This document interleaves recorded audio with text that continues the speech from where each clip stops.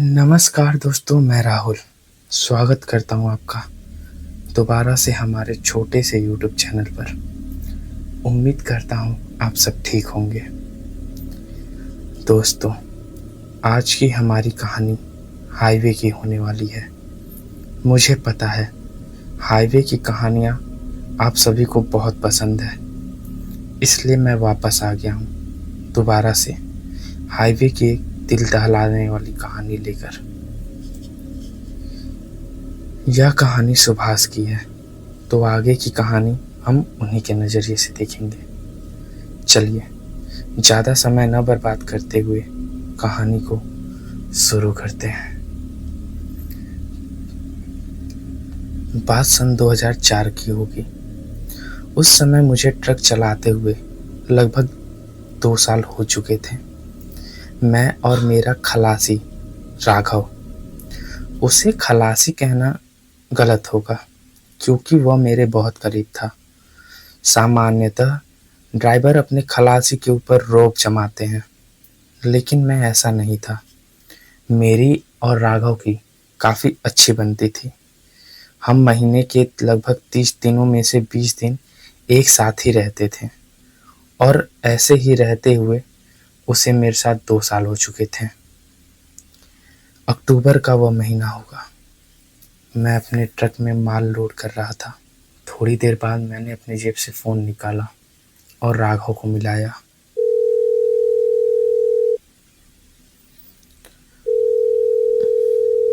कहाँ है भाई, कितना टाइम लगेगा? मैंने राघव से पूछा। इस पर उधर से उसने जवाब देते हुए कहा, भैया मुझे थोड़ा सा समय लगेगा। आप माल लोड कर मेरे घर के आगे वाले चौराहे से होते हुए जाना, मैं आपको वहीं मिलूंगा। मैंने भी उसे ठीक है कहा और फ़ोन रख दिया। रात के लगभग 7 बज चुके थे। मैं माल लोड कर ट्रक लेकर वहां से निकल गया। जैसा कि हमने तय किया था, राघव मुझे आगे वाले चौराहे पर खड़ा मिला। मेरे ट्रक लेकर जाते ही वह ट्रक में चढ़ गया और चढ़ते ही उसने बोला, क्या बताऊं भैया, ये घर वाले भी ना, जब देखो तब इन्हें कुछ न कुछ काम ही पड़ा रहता है और अगर ना करो तो इनकी कचकच अलग। मैंने भी हंसते हुए बोला, जाने दे, ये तो हर घर की कहानी है। और हम ट्रक चालू कर वहां से निकल गए। थोड़ी देर बाद उसने मुझसे पूछा, भैया क्या आप खाना खाकर आए हैं? इसका जवाब देते हुए मैंने कहा, हाँ मैंने तो घर पर खाना खाया हुआ है। तो उसने कहा, ठीक है भैया, मैं 10 मिनट में पीछे से खाना खाकर आया। असल में उसने उस घर के काम के चक्कर में खाना नहीं खाया था और जब तक काम पूरा हुआ तब तक मैं आने वाला था, इसलिए उसने अपना खाना पैक करा लिया। मैं आपको बता दूं कि ट्रक ड्राइवर की ज़िंदगी मुश्किलों से भरी होती है। हमें दिन में तो शहरों में एंट्री नहीं मिलती, इसलिए हमें रात में अधिक से अधिक सफ़र तय करना होता है। तो ना चाहते हुए भी जब कभी हमें बहुत ज़्यादा थकान लगे तो हमें थोड़ी बहुत दारू पीनी पड़ती है। थोड़ी देर में वह खाना खाकर आगे आ गया और हम दोनों चुपचाप बैठे हुए थे। ट्रक अपनी गति से आगे बढ़ रहा था। ऐसे ही समय कटते हुए रात के लगभग 12 बज चुके होंगे। उस दिन पता नहीं क्यों मुझे थोड़ी थोड़ी नींद आ रही थी। शायद सुबह मैंने भी कुछ ज़्यादा ही घर का काम कर दिया था। तो मैं राघव से बोला, राघव सुनना यार, आँख भारी भारी से हो रहा है। इस पर उसने कहा, ठीक है भैया, आगे कोई ढाबा देखकर रोक लेना। वो मेरा इशारा समझ गया था। मैं उसे दारू पीने के लिए बोल रहा था। फिर मैं वापस अपनी गति से ट्रक चलाने लगा। मैं ट्रक को सामने देखते हुए चला ही रहा था, तभी अचानक से मुझे लगा मेरे ट्रक के सामने से कोई बहुत ही तेज रफ्तार से गुजरा है। मेरी आंख उस समय हल्की हल्की झपक रही थी। इस वजह से स्टीयरिंग मेरे हाथ से डगमगा गया और ट्रक रोड पर इधर उधर घिसड़ाने लगी। मेरे बगल में राघव सो रहा था। अचानक लगे इस झटके से वह भी एक जोर का झटका खाकर धड़ाम से आगे लड़ गया। उसने झटके से उठकर घबराते हुए मुझसे पूछा, क्या हुआ भैया? आखिर आपने ट्रक ऐसे क्यों रोका? मैं अपना सर को झंझलाते हुए उससे बोला, यार मुझे लगा मैंने ट्रक से किसी को उड़ा दिया है। जैसे बहुत ही तेज रफ्तार से कोई चीज ट्रक के सामने से गुजरी हो और उसे बचाते हुए मुझे अचानक से ब्रेक मारना पड़ा। शायद मैं हल्की नींद में था, इसी वजह से मैं उसे दूर से नहीं देख पाया। ये बोलते हुए मेरा आवाज कांप रहा था। मेरी हालत देख उसने बोला, कुछ नहीं हुआ भैया, रुकिए मैं अभी देख कर आता हूँ।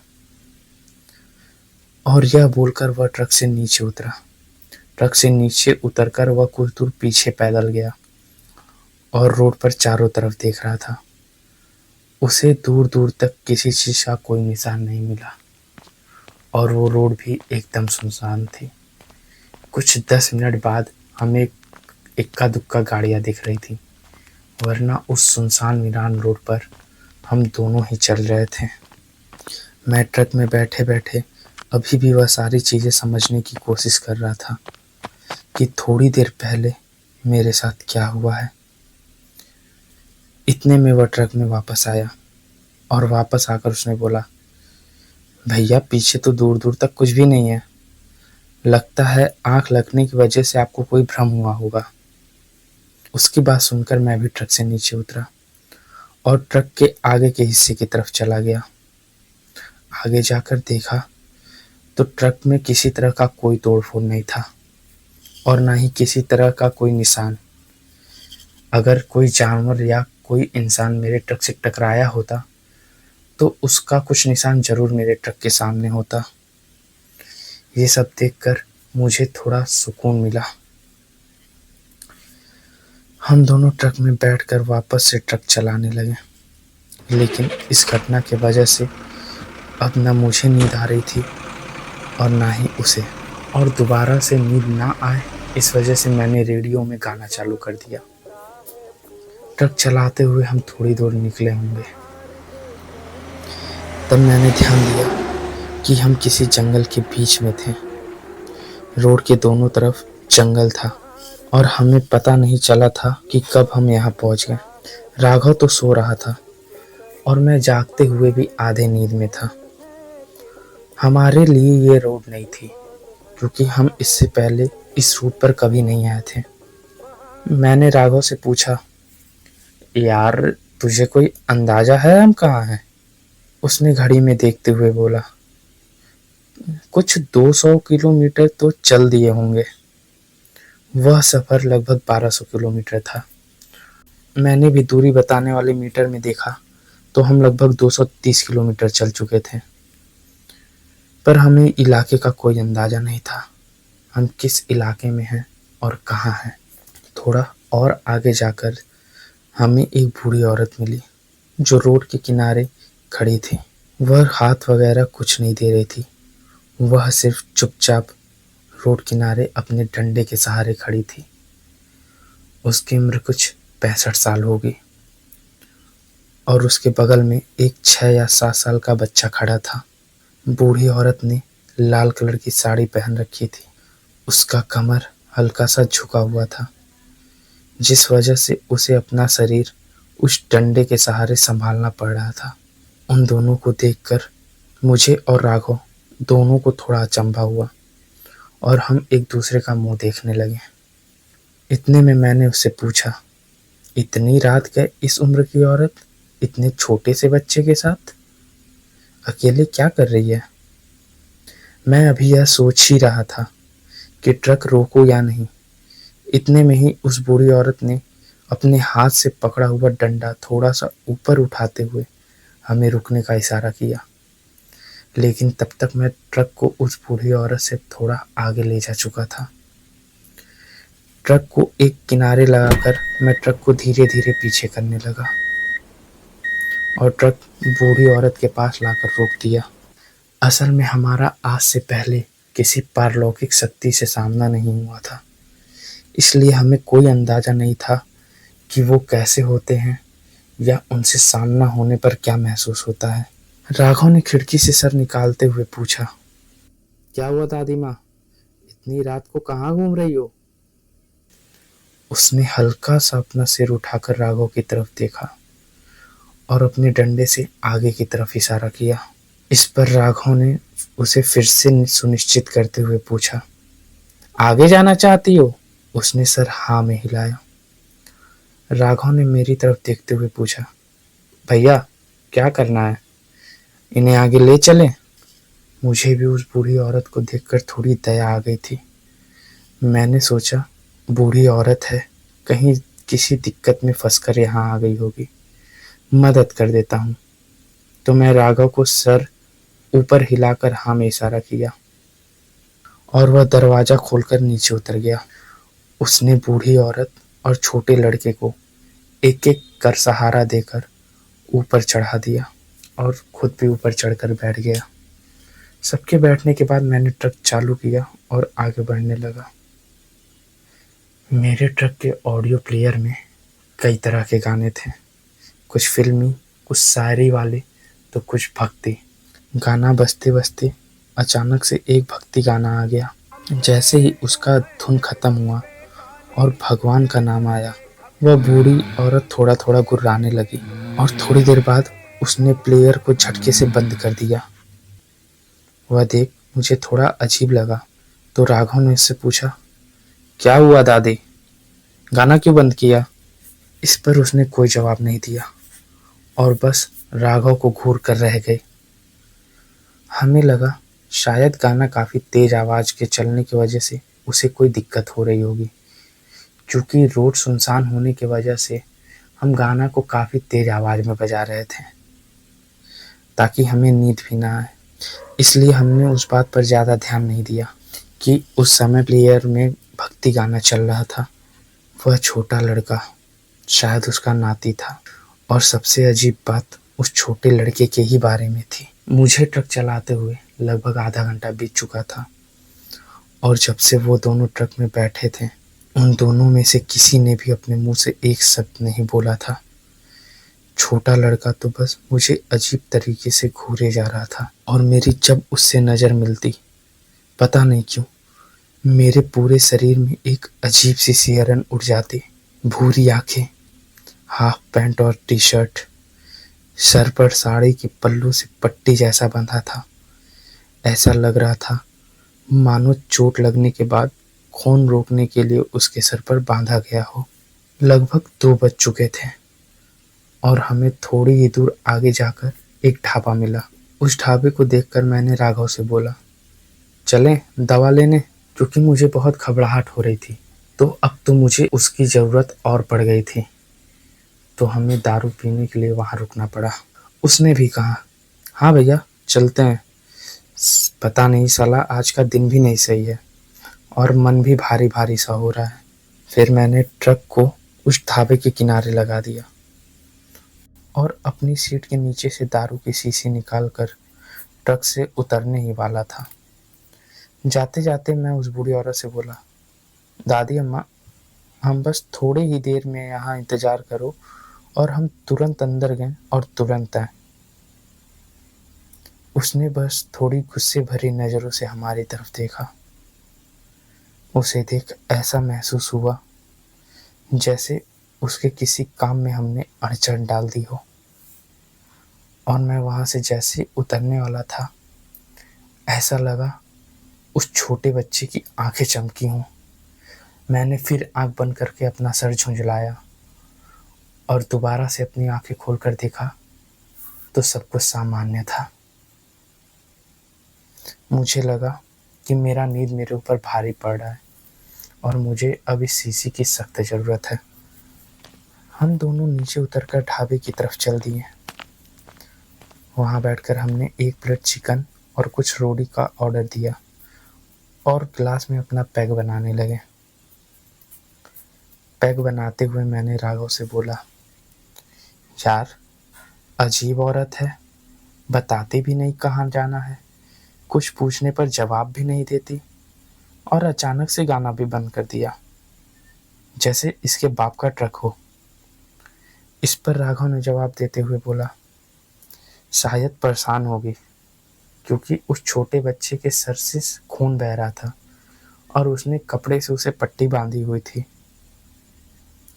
पर उससे अजीब तो उसका वो छोटा नाती है। छोटा सा है, चोट लगा है, पर घूर तो ऐसे रहा है मानो कच्चा चबा जाएगा। इस पर मैंने उसका जवाब देते हुए बोला, सोचने की बात तो यह है कि इतनी रात गए आखिर यह यहाँ आई कैसे। और यह प्रश्न कर इसका जवाब भी मैं खुद ही देते हुए बोला, शायद आसपास के किसी गांव की होगी, किसी काम से बाहर आई होगी और देर होने की वजह से उसे दोबारा सवारी नहीं मिला होगा, इसलिए फंस गई होगी। हमें इस तरफ के किसी गांव का भी पता नहीं था।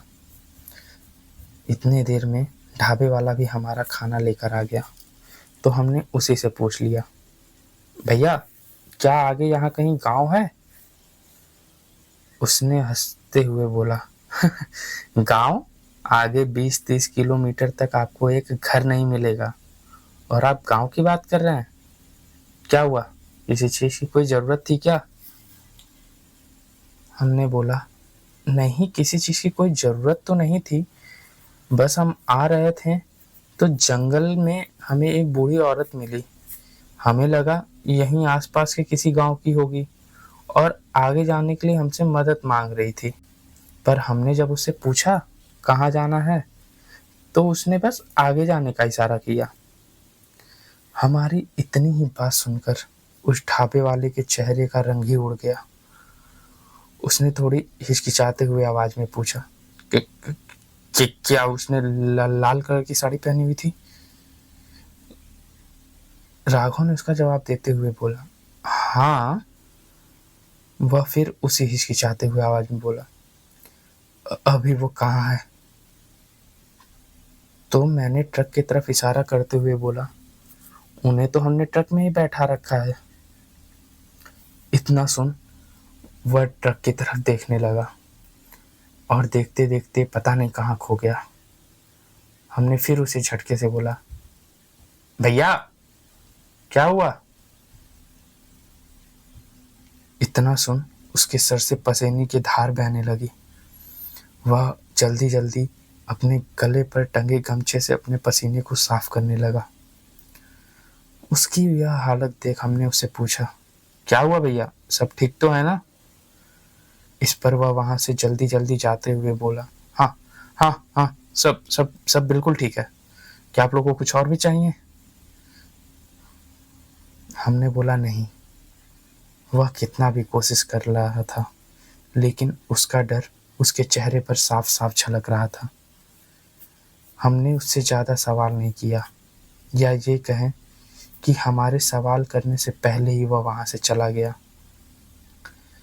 खाना खाकर हमने उस ढाबे वाले को उसके पैसे दिए और वापस अपने ट्रक की तरफ जाने लगे। ट्रक की तरफ जाते जाते मैं पीछे पलट कर ढाबे वाले को एक बार देखना चाहता था। जब मैंने उसकी तरफ देखा तो वह वहाँ ढाबे के पास खड़ा होकर हम दोनों को ही घूर रहा था। उसके चेहरे पर एक अजीब सी मायूसी और बेचैनी थी, मानो वह हमसे कुछ कहना चाह रहा हो मगर कह ना पा रहा हो। और हम ट्रक के पास पहुंच गए। जब हमने ट्रक में देखा तो वहां ना वो बूढ़ी औरत थी और ना ही वो बच्चा। हमें थोड़ा अजीब लगा। राघव ने ट्रक से उतरकर चारों तरफ देखा भी, मगर वहां उसे कोई नहीं दिखा। तो हमने सोचा शायद देर लगने की वजह से वह दोनों उतरकर आगे चले गए होंगे। अब ट्रक राघव के चलाने की बारी थी। राघव ट्रक में बैठ गाना चालू किया और ट्रक को रोड पर दौड़ाने लगा। हम दोनों धीरे धीरे गाने का आनंद ले रहे थे और कुछ 10 किलोमीटर चले होंगे। अचानक से हमें रोड के किनारे वही बूढ़ी औरत दिखी। लेकिन इस बार वह बूढ़ी औरत रोड के किनारे बैठी हुई थी और उसका नाती उसके गोद में था, जिसे उसने चारों ओर से अपने साड़ी के पल्लू से घेर रखा था, जिस वजह से इस बार उस लड़के का चेहरा दिख नहीं रहा था और वह औरत अपना सिर नीचे झुकाकर उससे लिपटकर शायद रो रही थी।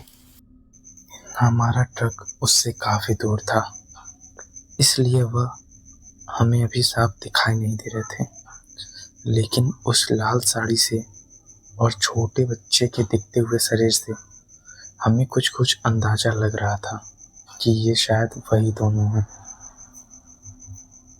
और यह अंदाजा मात्र ही हम दोनों की रूह को झकझोर देने के लिए काफी था। वह नजारा देख राघव ने ट्रक को थोड़ा धीरे कर लिया। राघव मेरी तरफ देखते हुए बोला, भैया, क्या क्या ये दोनों वही हैं? इस पर मैंने उसका कोई जवाब नहीं दिया, क्योंकि मुझे भी अभी तक कुछ समझ नहीं आ रहा था। अभी तक हम दोनों में से किसी ने भी कुछ ऐसा नहीं देखा था जिससे हमें लगे कि यह दोनों कोई आत्मा या ऊपरी शक्ति हैं। हम दोनों के अंदर सिर्फ एक डर का एहसास था, जो शायद इस वजह से आ रहा था कि इतनी रात गए यह दोनों हम दोनों से पहले इतनी दूर कैसे आ गए। हम धीरे धीरे उनके करीब जा रहे थे और जैसे जैसे हम करीब जा रहे थे वैसे वैसे हमारा अंदाजा सही निकल रहा था। वह औरत वही थी और अपने नाती को गोद में लिए हुए रो रही थी। उसे रोता देख मैंने ट्रक को उसके पास रोकने का फैसला किया। मुझे लगा कि दोनों किसी और से मदद मांगकर आगे आ गए होंगे और बीच में किसी परेशानी में फंस गए होंगे, तो मैंने राघव से ट्रक को किनारे ले चलने के लिए बोला। राघव भी ट्रक को धीरे धीरे सड़क के किनारे ले जाने लगा, लेकिन जैसे ही हम उसके करीब पहुंचने वाले थे, राघव ने अचानक से ट्रक को काफी तेज कर दिया और वहां से निकल गया। मैं उसे डांटने लगा, क्या कर रहे हो? मैंने ट्रक को किनारे लगाने के लिए बोला ना। लेकिन वह ट्रक को भगाया जा रहा था। मैं बार बार उससे बोल रहा था, ट्रक किनारे लगाओ, वो किसी दिक्कत में हो सकते हैं। राघव, ट्रक किनारे लगाओ। लेकिन ऐसा लग रहा था जैसे उसे मेरी आवाज़ सुनाई ही नहीं दे रही हो। वह स्लेटर पर अपना पैर दबाए ट्रक को अपनी पूरी स्पीड से भगाया जा रहा था। कुछ 5 मिनट बाद उसने ट्रक को सड़क के किनारे लगाकर रोक दिया। ट्रक रुकने के बाद मैंने ट्रक के अंदर की लाइट ऑन की और लाइट ऑन होते हुए मैंने राघव की हालत देखी, जो देख मैं अचंभे में रह गया। वह पूरी तरीके से पसीने से भीगा हुआ था। ट्रक पूरी स्पीड से चलने के बावजूद वह पसीना पसीना हो रखा था। मैंने उससे पूछा, क्या हुआ राघव? और उसके कंधे को सहलाने लगा, लेकिन उसने कुछ जवाब नहीं दिया और कुछ देर शांत बैठा रहा। उसके चेहरे से साफ पता चल रहा था वह काफी ज्यादा डरा हुआ है। वह गहरी गहरी सांसें लिए जा रहा था। मैंने भी उसे थोड़ा समय दिया। थोड़ी देर बाद उसने मेरी तरफ देखते हुए बोला, भैया, क्या आपने वह नहीं देखा? मैंने उससे आश्चर्य से पूछा, क्या नहीं देखा? उसने बोला, वह दोनों रोड के बीच में थे। इस पर मुझे बहुत अचंभा हुआ। मैंने बोला, क्या बात कर रहे हो तुम? वह दोनों रोड के किनारे थे, मैंने अपनी आंखों से देखा। उसने फिर बोला, नहीं भैया, वह दोनों रोड के किनारे थे और रोड के बीच में भी। उसका नाती मुझे बीच रोड में उसके पीछे खड़े होकर देख हंस रहा था। मैंने उससे दिलासा देते हुए बोला, तो तुम कह रहे हो कि वो दोनों रोड के बीच में थे और तुम गाड़ी उनके ऊपर से ले आए हो? इस पर उसने कोई जवाब नहीं दिया और डर भरे आंखों से अपना सर हाँ में हिलाया। राघव ने जो भी देखा था और वो जो भी बता रहा था, मुझे कुछ समझ नहीं आ रहा था, क्योंकि मैंने उन दोनों को सिर्फ रोड के किनारे देखा था। थोड़ी देर वहां रुकने के बाद मैंने राघव से बोला, ठीक है, चलो अब यहाँ से निकलते हैं।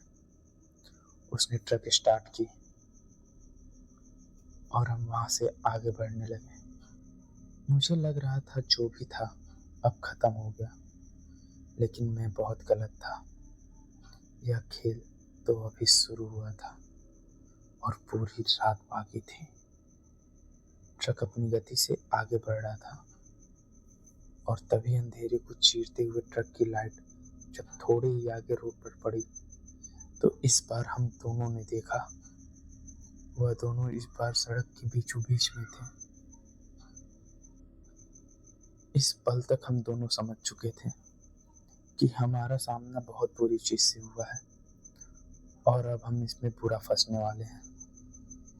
ट्रक की रफ्तार तेज होने की वजह से और उनके अचानक सामने आने की वजह से राघव ने ट्रक से संतुलन खो दिया और ट्रक सड़क किनारे लगे एक पेड़ से जा टकराया।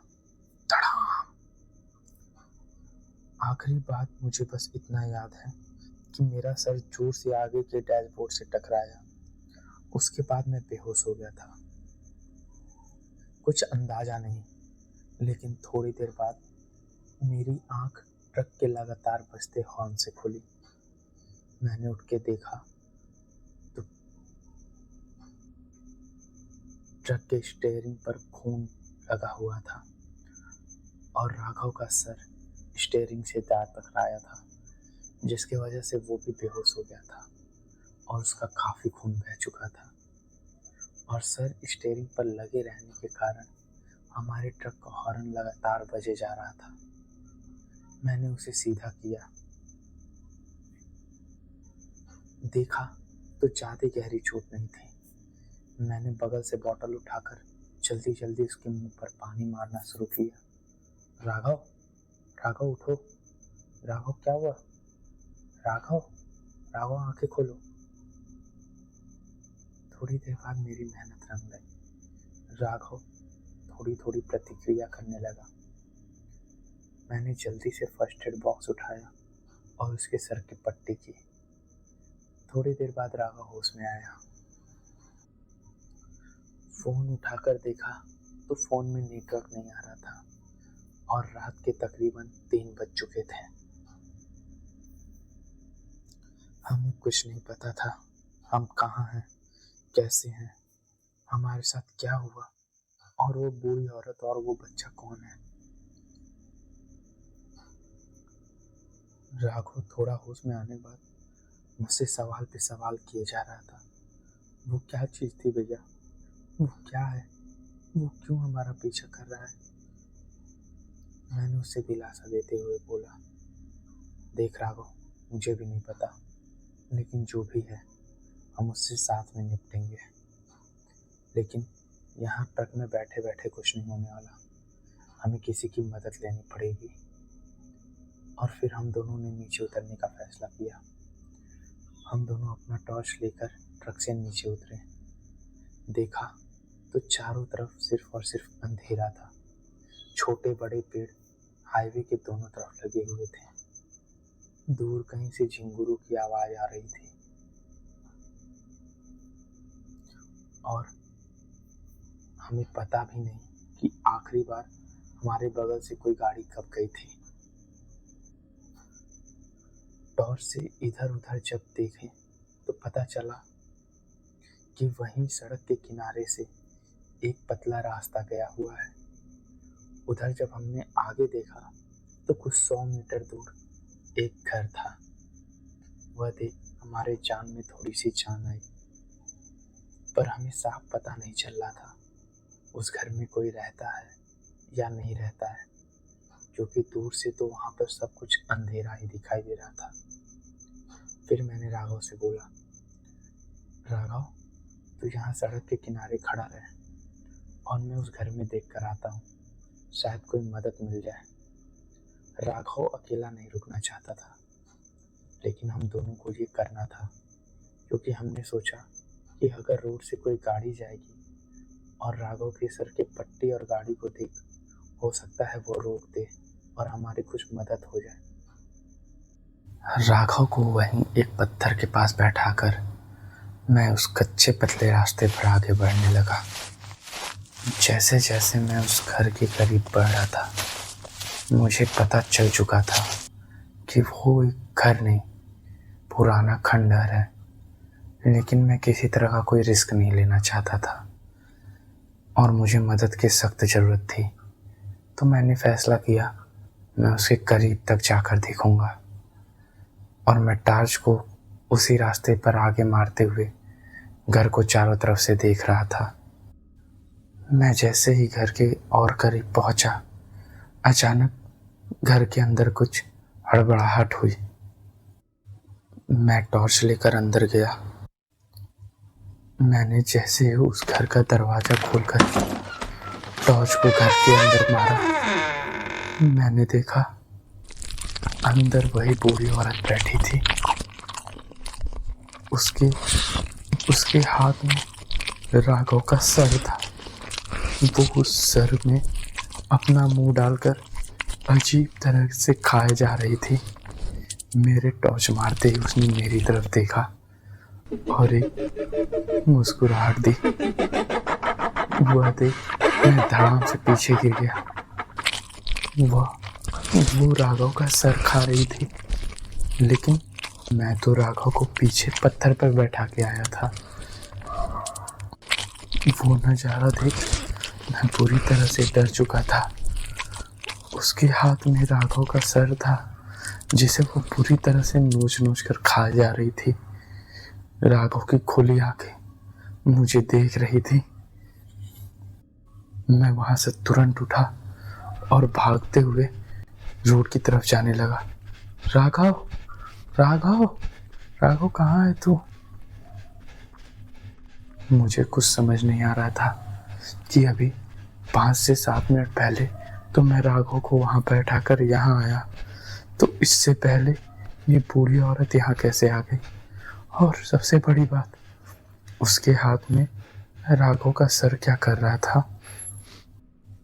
और जब तक मैं रोड पर पहुंचा, वहां राघव नहीं था और वहीं से थोड़ी दूर वो बच्चा खड़ा था। उसने राघव के शरीर को पकड़ रखा था और वो देख मैं उसकी तरफ दौड़ा। राघव, राघव, लेकिन वो बच्चा खिलखिलाता हुआ राघव को शरीर को किसी पत्ते की तरह लहराते हुए लेकर बगल की झाड़ियों में घुस गया। मुझे उस बच्चे के हंसने की आवाज़ साफ साफ सुनाई दे रही थी। उस सुनसान रोड पर उन झाड़ियों के बीच उस बच्चे की हंसने की आवाज़ गूंज रही थी और इधर मैं पागलों के जैसे राघव को ढूंढे जा रहा था। राघव, राघव कहाँ है? राघव। और उन झाड़ियों को चीरते हुए जब मैंने आगे देखा तो वो देखने के लिए मैं कभी भी तैयार नहीं था। वह बच्चा राघव के सीने को बीच से फाड़कर उसके दिल को खा रहा था और राघव का सिर नहीं था। वहां पहुंचते ही वह बच्चा मेरी तरफ देखने लगा और देख के खिलखिलाते हुए बोला, अपने दोस्त को। इतना बोलकर वो मुस्कुराते हुए मेरे ऊपर कूदा। उससे बचने के लिए मैं जल्दी से पीछे हटा तो वहीं एक पत्थर से ठोकर खाकर मैं जमीन पर गिर गया और मेरा सर एक पत्थर से जा टकराया। उसके बाद मुझे कुछ नहीं याद है। अगली सुबह जब मैं उठा तो मैं वहीं सड़क किनारे अपने ट्रक में लेटा हुआ था और मेरे बगल में वही ढाबे वाला था। बाहर निकल कर देखा तो वहाँ एम्बुलेंस की गाड़ी और कुछ पुलिस वाले थे। मैंने उस ढाबे वाले से बोला, वो बूढ़ी औरत, उस बूढ़ी औरत और बच्चे ने मार दिया मेरे राघव को। वो उसे कच्चा चबा गए। मैंने अपनी आंखों से देखा। ढाबे वाले ने शांत स्वर में बोला, मुझे पता है। इस पर मैंने बोला, मैं जा रहा हूँ, मैं पुलिस वालों को सब सच बता दूंगा। उसने मुझे रोकते हुए बोला, तुम्हें क्या लगता है वो तुम्हारा विश्वास करेंगे? बात तो उसकी भी सच थी। पुलिस वाले इन भूत प्रेत के किस्सों पर नहीं मानने वाले थे। फिर मैंने उससे पूछा, आखिर कौन थे वो दोनों? क्यों किया उन्होंने ऐसा मेरे साथ? ढाबे वाले ने जवाब देते हुए बोला, सब बताऊंगा, पर पहले यहाँ से चलो। पुलिस की कार्रवाई हो जाने के बाद मैंने अपने ट्रक को घुमाकर उस ढाबे वाले के ढाबे पर ले गया। उस ट्रक में वो भी मेरे साथ बैठा था। वहाँ जाने के बाद उसने मुझे आराम से बैठाया और फिर उसने कहानी बताना शुरू किया। तुम्हारे यहाँ से खाना खा के निकलने के बाद मुझे पता था तुम दोनों में से किसी एक की मौत तो जरूर होगी। इस पर मैंने गुस्से से उसका कॉलर पकड़ लिया। जब तुझे पता था तो तूने हमें रोका क्यों नहीं? उसने जवाब दिया, क्योंकि मुझे नहीं मरना था। अगर मैं तुम दोनों में से रोकता तो वो बूढ़ी औरत मेरा जान लेती। मैंने तुम्हें बहुत इशारा किया पर तुम लोग नहीं समझे। मैंने उससे पूछा, लेकिन आखिर वो थी कौन? तो उसने बताया, तकरीबन 25 से 30 साल पहले इस घर के पास तुम्हारा एक्सीडेंट हुआ। उस घर में एक छोटा सा परिवार रहता था। एक बीवी, उसका पति, ये बूढ़ी औरत और उसका नाती। चारों बहुत खुशी से रहते थे। एक दिन बीवी की तबीयत खराब हो गई तो उसका पति उसे लेकर शहर जाने लगा। उसने अपनी माँ से बोला कि बच्चे का ध्यान रखे, वह शाम तक वापस आ जाएगा। लेकिन शाम को वो दोनों तो नहीं आए। उन दोनों की लाश आई। असल में शहर जाते समय उनका एक एक्सीडेंट हो गया जिसमें दोनों की मौत हो गई। अब उस घर में सिर्फ वो बूढ़ी औरत और उसका नाती रह गया था। बूढ़ी औरत उसे अपने जान से ज़्यादा मानती थी और दोनों अपनी ज़िंदगी चुपचाप गुजार रहे थे। लेकिन ऐसा ज़्यादा दिन नहीं चला। इसी रूट से एक ड्राइवर और उसका आदमी काफ़ी दिन से सामान इधर उधर कर रहे थे और उन्होंने ध्यान दिया कि ये एक सुनसान घर है, जिससे उनका नीयत बिगड़ गया। उन्होंने सोचा कि क्यों ना इस घर को लूट लिया जाए। और जब उन्होंने पता लगाया तो उन्हें पता चला कि इस घर में सिर्फ एक बूढ़ी औरत और उसका नाती रहता है, जिससे उनके सपने को 4 चांद लग गई। उन्हें लग रहा था कि बेटे के मर जाने के बाद बहू के गहने और पैसे घर में होंगे तो उन्हें लूटने पर काफ़ी सारा पैसा मिलेगा। और यही सोचकर एक रात वो दोनों इस घर में घुस गए। उन्होंने पहले उस बूढ़ी औरत पर हमला किया, लेकिन वो औरत किसी तरह से अपनी जान बचाकर अपने नाती को लेकर के भागने लगी। अभी वो उस कच्चे रास्ते से भागते हुए रोड पर आई ही होगी, लेकिन उन दोनों ने उसे दौड़ाकर पकड़ लिया। जब वो बूढ़ी औरत को मार रहे थे तो छोटा बच्चा उसे बचाने के लिए बीच में कूदा और उसमें से एक आदमी ने अपने हाथ के हथौड़ी से उस छोटे बच्चे के सर पर वार किया, जिससे उसके सर पर गहरी घाव आए और वह लड़खड़ाते हुए रोड पर चला गया और दूसरी तरफ से आती गाड़ी उसे उड़ा दी। यह देख बूढ़ी औरत को बुरा सदमा लगा। बूढ़ी औरत की हालत काफ़ी ख़राब हो गई थी और वो दोनों आदमी ज़्यादा समय नहीं गंवाना चाहते थे, इसलिए उन्होंने उस औरत को उसी हालत में छोड़कर वापस घर की तरफ घर को लूटने के लिए भाग। और बूढ़ी औरत अपने नाते के शरीर को अपने गोद में लेकर पूरी रात उस रोड पर लोगों से मदद मांगती रही, लेकिन किसी ने गाड़ी नहीं रोकी। उसका नाती मर चुका था, लेकिन फिर भी वह उस उम्मीद में मदद मांग रही थी कि शायद कोई मदद कर दे, लेकिन एक भी गाड़ी नहीं रुकी, एक भी नहीं। दोस्तों, अगर आपको हमारी कहानी पसंद आई हो तो आप हमारे चैनल को सब्सक्राइब कर सकते हैं और इस वीडियो को लाइक कर सकते हैं। हमारा चैनल अभी नया है और हम शुरुआती दौर में हैं, तो हमारी आपसे विनती है, कृपया चैनल को सब्सक्राइब कर हमारी मदद करें। इससे हमें काफ़ी मोटिवेशन मिलता है। और आपको अगली कहानी किस पर चाहिए, आप ये कमेंट भी कर सकते हैं, हम उस पर अगली कहानी लेकर के आएंगे। धन्यवाद। मिलते हैं अगली कहानी में। तब तक के लिए शुभ रात्रि।